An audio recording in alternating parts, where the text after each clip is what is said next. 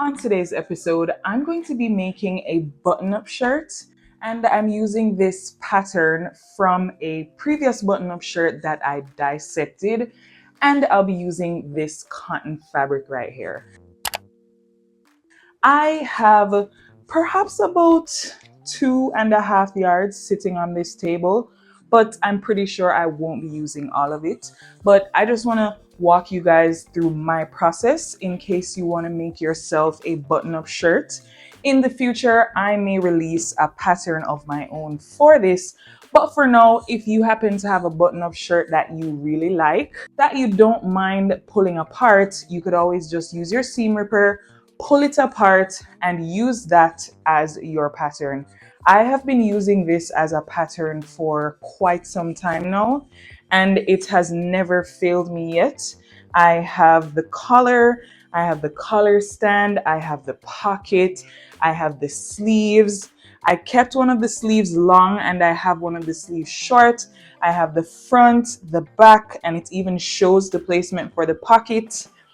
And I just love being able to make clothes like this because I didn't have to draft a pattern from scratch. So I'm just gonna put this to the side and I'm going to lay my fabric out so that I can start cutting my pieces. This is actually plain sheeting cotton. So that means they use these to make bed sheets, but I really like the texture of it. And I've been using these to make joggers and rompers for a very long time now. It works quite fine for me. So currently I have my fabrics wrong side together. So I have 2 layers. And I'm going to start by cutting the front piece of my button-up shirt. That would be this one right here. And you can see that there is the fold that would create the button placket. So when you're dissecting your button-up shirt, you want to make sure that you don't cut off any of the seams. You want to leave it exactly as it is. So I'm going to just line this up with the straight edge of my fabric, and I'm going to pull it down just a little bit. I'm making this button-up shirt for my king man, and so I want to make sure it's roomy enough and long enough. I think I had cut this to be short enough for myself. So what I'm going to do is to just add a few extra inches to it when I'm cutting, just to make sure it will be able to fit him nicely. To keep my fabric stable, I'm just going to add some pins here. And then I'm going to use my scissors to just cut around this.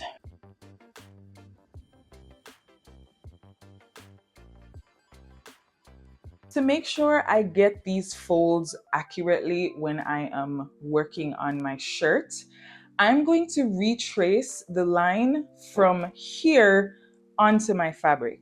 So this line or this fold is about 1/4 of an inch away from the edge of the fabric. So I'm just going to draw a line 1/4 of an inch away on this fabric as well. And then this one is about 1.25 inches away from the first fold. So I'm going to mark that as well. And I'm just going to fold my fabric, or at least I'm going to fold my pattern along its original fold. That's the first one. And I'm going to use that as a guide to draw this 1/4 inch line on my other fabric. This will make it so I don't have to guess where I'm supposed to be folding, and I just know exactly what to do. So now the next line, being 1.25 inches away, I'm going to fold along it and use that as a guide to draw a line in the same way. So I can take this off and you can see my lines here. Now I'm going to move on to cutting the other parts of the shirt, but I'm going to do that in time lapse.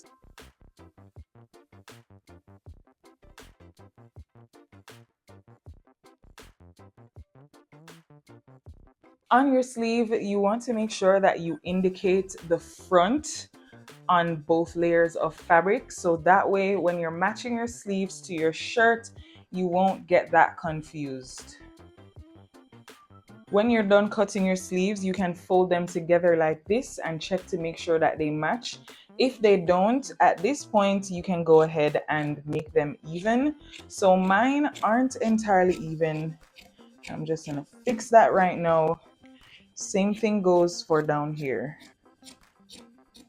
So now I have these two pieces, and something I like to do before even moving on is to actually put a notch in the center of the top of my sleeve right there. And what that will do is make it easier for me to match the sleeve to the shoulders of the shirt when I'm ready. I'm now going to cut the back of my shirt, but this is going to be a bit different from the front.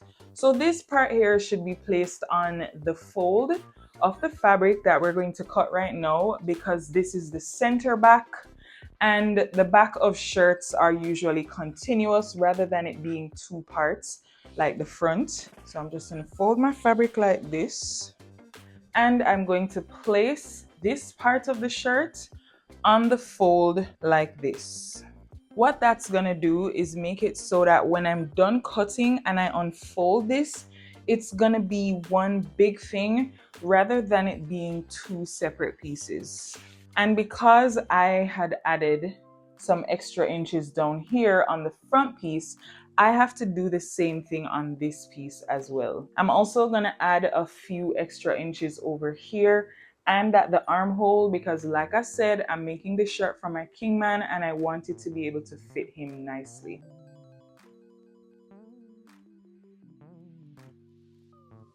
So I'm gonna take my scissors and put a notch down here and up here. This is gonna make it so that I can identify the center of this garment when I'm ready to sew it.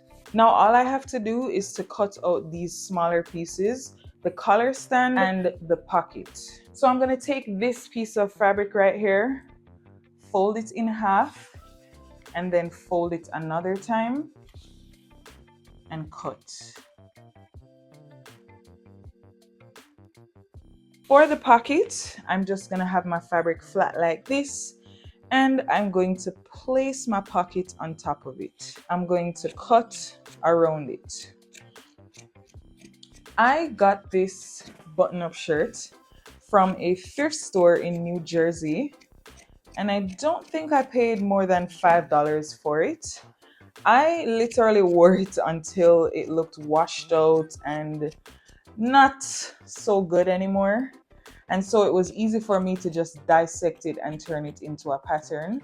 And like I said earlier, this has been working for me for a long time. I've made lots of button-up shirts from this pattern, and I'm just really grateful I was able to do that. So if you can jump into a thrift store and just pick up a button-up shirt or any item of clothing at all that you'd love to have a pattern for, once it fits you good, you could just pull it apart and start using it as a pattern rather than wearing it as an actual item of clothing. So with all of these pieces cut, I'm now going to do some fusible interfacing.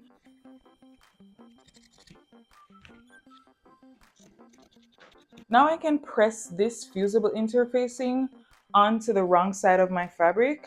So the wrong side is facing up, and I'm putting my fusible interfacing here. Then I'm gonna press this down with my iron. On men's button-up shirts, the buttons are usually on the right, which means that the buttonholes are usually on the left.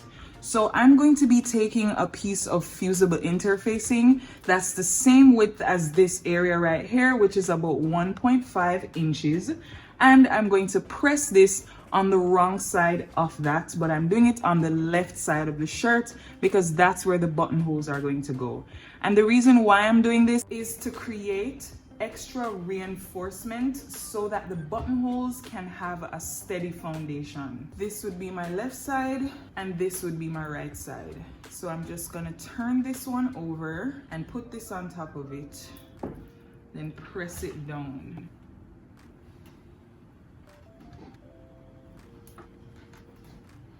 I'm also going to fold this by 1/4 of an inch along the original line that I drew, and then I'm going to fold along this line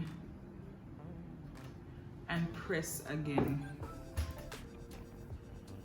So this is where my buttonholes are going to go.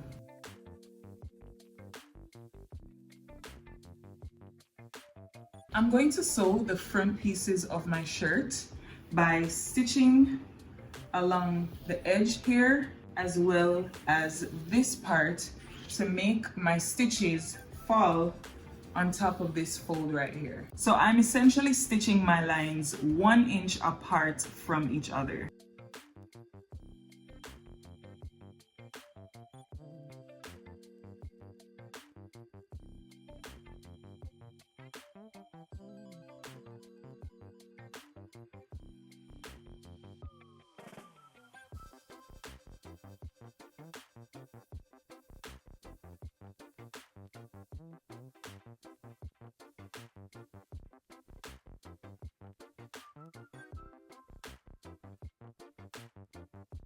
Next, I'm going to sew the pocket that's going to go on the front of the shirt. So in order to do this, I am going to stitch this down and then I'm going to fold this and stitch here with a 1/4 inch allowance. Same thing goes for this side. So I want to make sure I'm following the original fold. Stitch here with a 1/4 inch allowance. I'm going to clip away the excess fabric in the corner here and here so that I can turn it inside out like this and end up with a nice crisp top like this. But I need to now get my curves in line. So in order to do that, I'm going to put my sewing machine on the longest stitch length and I'm going to do a basting stitch from here to here following the curve. Same thing goes for this side. This is going to make it so that I can gather this part of my pocket to create a curve. So I'm going to hold on to the bottom thread and I'm just going to pull on that gently. And what that does is that it creates a natural curvature to the pocket. I'm going to do the same thing over here. So the curvature is created, like you can see. It's kind of hard to curve fabrics sometimes. So this is a technique that you can use in order to get it to curve the way you want it to. And I'm gonna do the same thing over here. Just gently pull on that to create a curve. And then I'll just evenly distribute that curve, or at least those gathers, I should say. And then just let the fabric curl under like this. So you see how this one naturally follows a curve? We have to get this one to do the same thing. So now we have a curve on both sides of the pocket. I'm going to take this to the iron board and press it flat.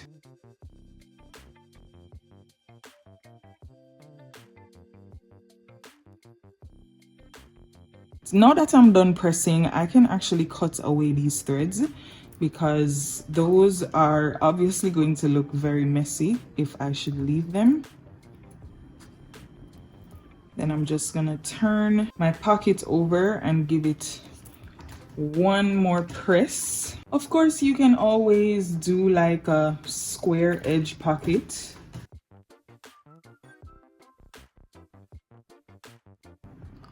So next, I'm going to stitch along here, following this fold that's at the back.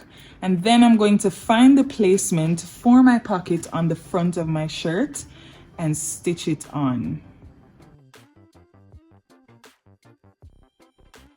I want to add this patch to my front pocket. So before I even stitch it on, I will have to press this. It has glue at the back. So I'm just going to place it where I want it to be. And then I'm going to take this to my iron and I'm going to rest the iron on it for an extended period of time. I'm going to use these flathead pins that I have and just pin it in place. Then I'm gonna press from the wrong side. So the trick with this is that you want to apply some pressure to just make sure that the glue is activated. So I'm pressing down on my iron and I'm gonna count to 10.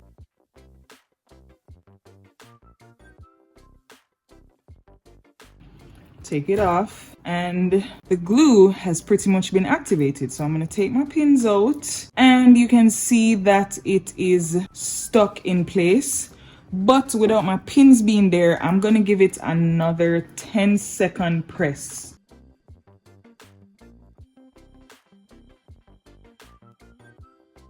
So now it's literally stuck in place and I can finally stitch the pocket on. The pocket is going to go on this side of the shirt. So I'm just gonna grab that piece and I'm gonna line my shirts up. I'm gonna put the pocket here, and that can pretty much give me this line right here on my cutting board as a guide.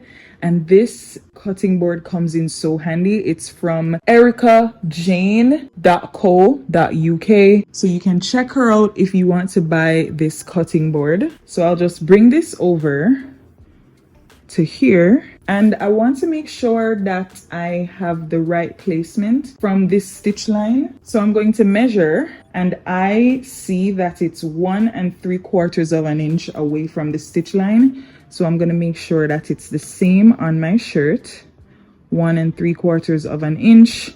I can also go ahead and measure from the top if I'd like to get an even more accurate placement. And this should probably come up a little bit more, just a little bit more, like that. I can pin my pocket into place now. And then I can stitch around it. So I'm gonna start from this end. I'm gonna backstitch here, and then I'm gonna come all the way around to give my pocket some extra reinforcement up here, because this is a pressure point and I don't want this to come off of the shirt easily. I'm going to stitch parallel to the first line just in this area right here.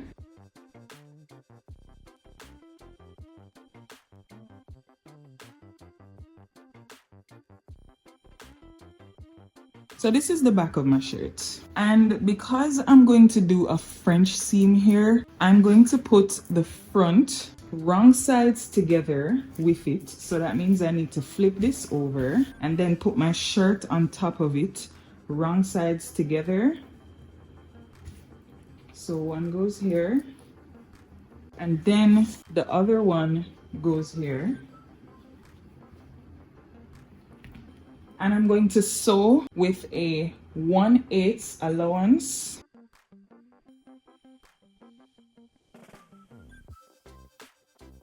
Then I'm going to flip the shirt over so that the front and back pieces are right sides together.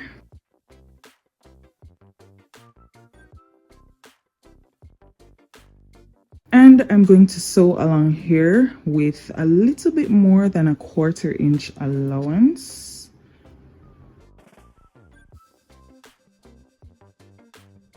This is actually a lot neater than a serger finish, but if you have an overlocker, then you could just straight away put the back and front pieces right sides together, stitch with a 1/2 inch allowance, and then finish with your serger.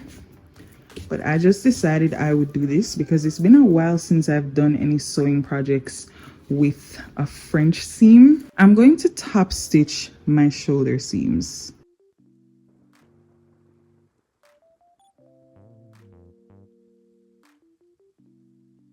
Now I'm going to find the center of my armhole and put a notch into it. So I'm doing that by matching these two ends right here, and then I'm trailing all the way up to here. One notch goes here, a notch here as well. So I'm just going to fold this and let it flow how it's supposed to be, and check to see if my sleeves will be able to fit. And based on what I'm seeing, they'll definitely be able to fit. So I had made a mark on my front pieces so I could know that this is the front.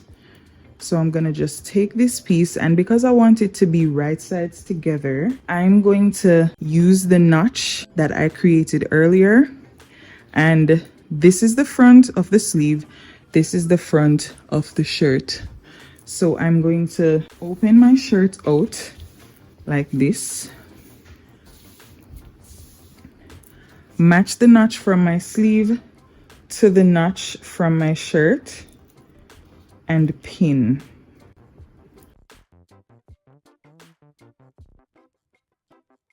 This is something I'm going to do for both sleeves, but once this is done, I can stitch from this side, following the curve of the sleeve, going over to the other side. For this piece that I have right here that is extra, I'm going to trim that off, but I'm going to do that when I'm done stitching on the other sleeve.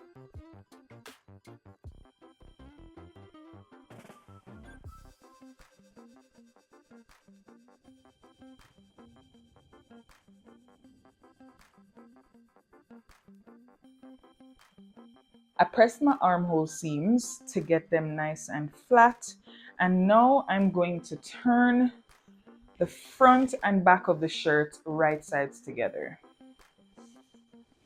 You'll also notice that I used my overlocker to finish the raw edges of the sleeves. You can use a French seam there if you want to instead, but you're going to match the armhole seam at the front and back. And I'm just pinning mine right there, and then I'm going to pin the end of the sleeve there as well, and I'm going to match my two side seams and pin them. If you end up with excess fabric on one side of your shirt, you can trim that off. This is what I was talking about earlier.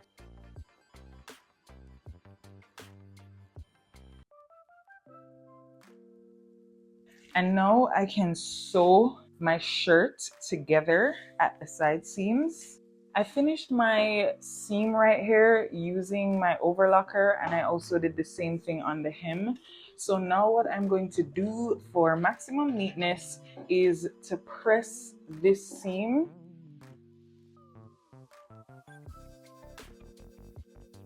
See how neat that looks?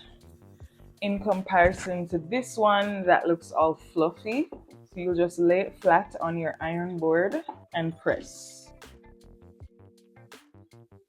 Before I go back to the sewing machine, I'm also going to fold and press my sleeves so that those will be in place when I get there. I'm going to fold it in by 1/4 inch first, press it, and then fold it in by 1 inch and press again.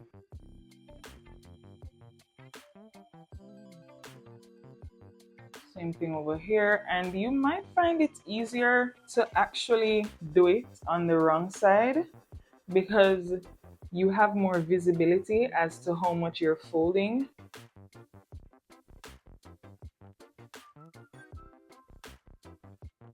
And if I turn it over to the other side, I can press it again. So now when I get to the sewing machine, I can sew all the way around here. And I'm gonna do that about 3/4 inch away from the end, or from the edge, I should say. And in regards to the hem of the shirt, I'm gonna fold and press by 1/4 inch. When you press this ahead of time, it's gonna make it that much easier for you to sew it.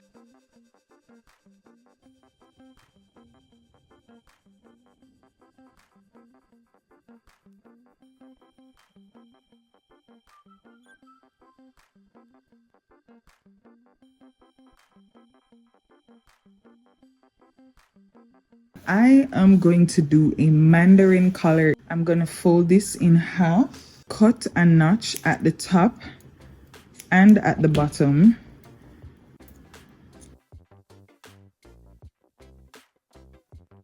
I'm going to take the one that has the interfacing and I'm going to put it on the outside of the shirt. I'm going to match that here. And I'm going to put the notch on this one facing it as well. Then I'm going to pin out to the sides, making sure that the edges of all three fabrics are matched.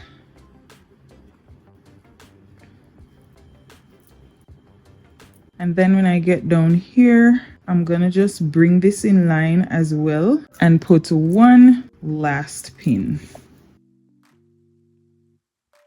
I'm gonna stitch along here with a 1/4 inch allowance.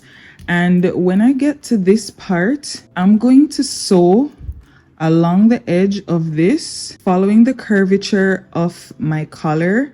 And I'm gonna come as far as possible, probably to about here. And I'm gonna do the same thing over here, stitch along this edge and come to about here.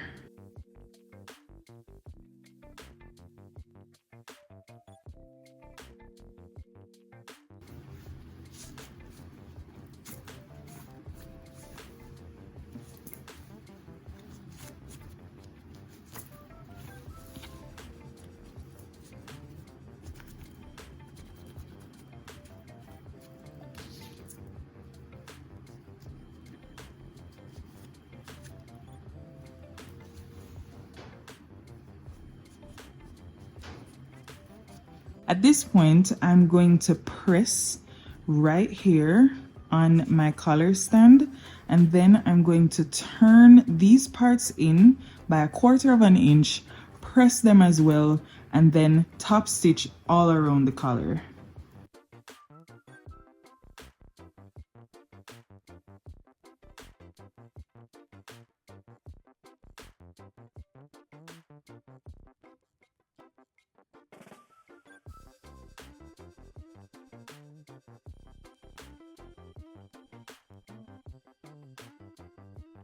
Finally, I'm going to add buttons to my shirt.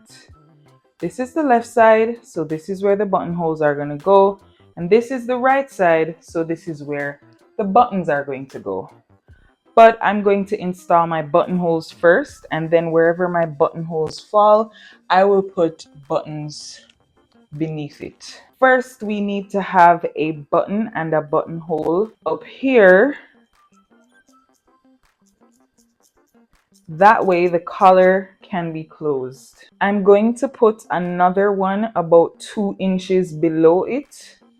So that would be right here. And I'm using my tailor's chalk to just draw the spot that I want my buttons to go in. I'm going to put all of my buttons 4 inches apart from here on.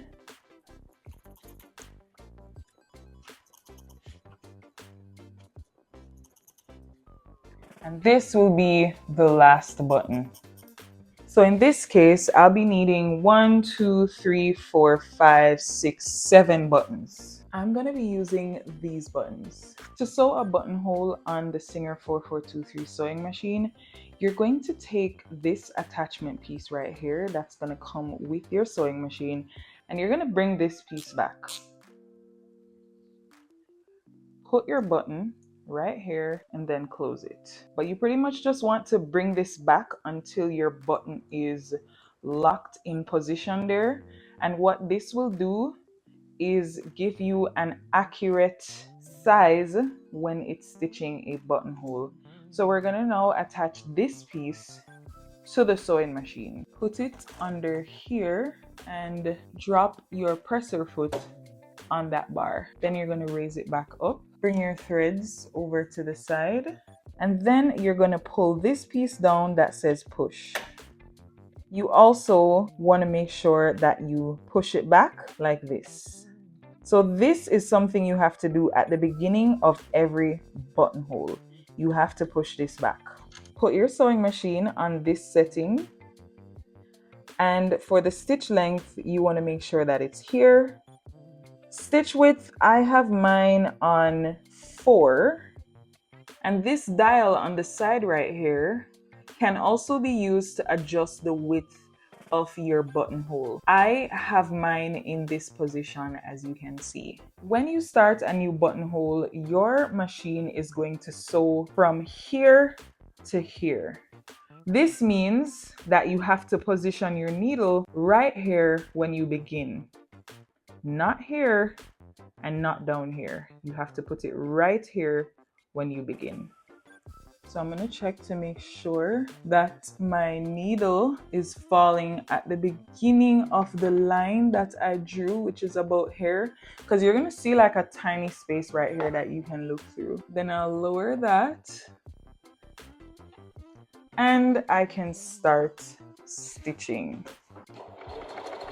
So it's going to stitch from left to right first, and then it's going to stitch on this side.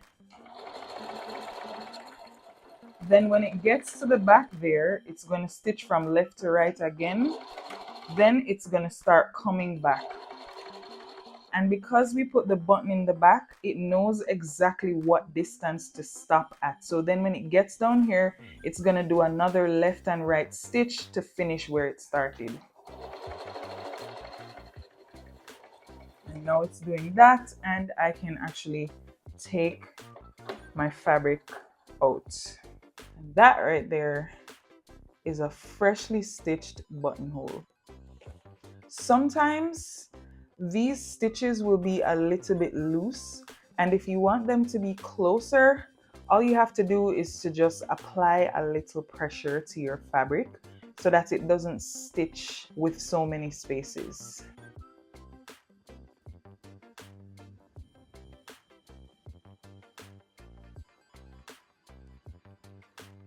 So I trimmed away all the threads from my buttonholes and they are looking fabulous. And this is how you open your buttonholes. So you're going to take a pin, put that on one side of your buttonhole, and then you're going to take the point of your seam ripper, insert it into the top part here, and then drive it all the way down until it hits the pin. The reason why we put the pin here, or the reason why I put the pin here, is to make sure that my seam ripper doesn't go beyond this area and make my buttonhole bigger than it's supposed to be.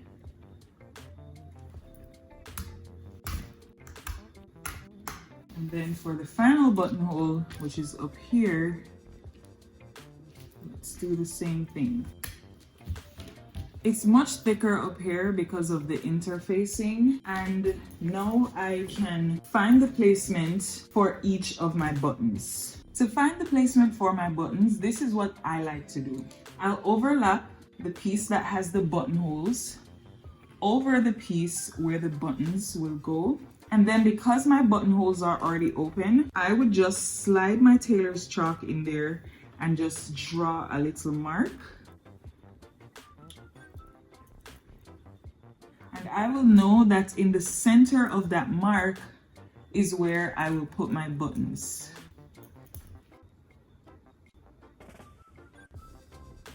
So I have a few options for adding these buttons. I could use needle and thread to just stitch them in, or I could use my sewing machine. And I think I'm going to use my sewing machine because the sewing machine tends to give a much sturdier stitch. And I also would love to show you guys how to install a button using your sewing machine. So this is a button sewing foot, and it has this rubber piece right here that will hold on to this part of your sewing machine, and it has this anchor right here that will prevent it from moving, because when you're sewing a button you don't want your needle to move from back to front, you only want it to move from side to side. So in order to insert it, you're going to be putting this metal bar right here underneath the curved hook on your sewing machine. So you're going to slide it in, make sure that they are in alignment, and then you bring the presser foot lever down and press this button that's at the back. If it doesn't click in, you just bring it forward, press the button at the back, and it will click. Raise your presser foot and bring your threads underneath. Now I'm going to put my fabric underneath my presser foot along with my button, and I'm going to put this button in the middle of the mark that I created through the buttonhole. This button has 4 holes. So the aim is to have your needle go from one hole to the next in the first row, and then you move on to the second row and go from one hole to the next in the same way. So you will have to adjust your sewing machine settings to be able to do this. You want to put your sewing machine on a zigzag stitch, and then you want to have your stitch length on 0. As for the stitch width, that will depend on the amount of space that's between each buttonhole. So you're going to just put your button right in the center of that rubber piece right there, and you're going to lower your needle. So since my needle is on the right hand side, I'm going to lower it into the hole that's on the right. Then I'm going to move it towards myself to see if it falls into the second hole. And it's not falling into the second hole, it's actually going to the center. So I'm going to move my stitch width dial until it's falling on top of the second hole. So I'm currently using a stitch width of 4, and now it's going from one hole to the next. And I like to use just my hand wheel for this initial step, because if you jam your needle on the button, it can break your needle. So now I can use the foot pedal to go from side to side. So as you can see, my needle is not going back and front, it's going side to side, and that's because I have my sewing machine on stitch length 0. So once I am done with those 2 holes, I will just bring my fabric back so that my needle will fall into the next set of holes. And then I'll go again with the hand wheel to just make sure that it falls in there flawlessly, and then I'll use my foot pedal.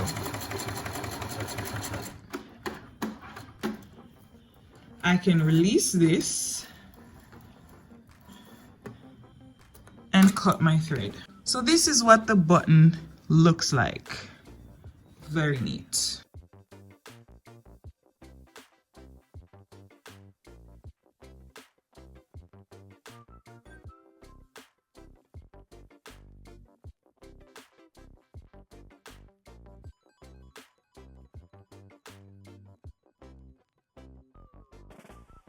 To finish up my buttons, I like to tie knots with the threads that are at the back. So I'll just grab them and tie a knot 3 times. And then I will cut this thread. At the front, I don't tie a knot, I just cut the threads.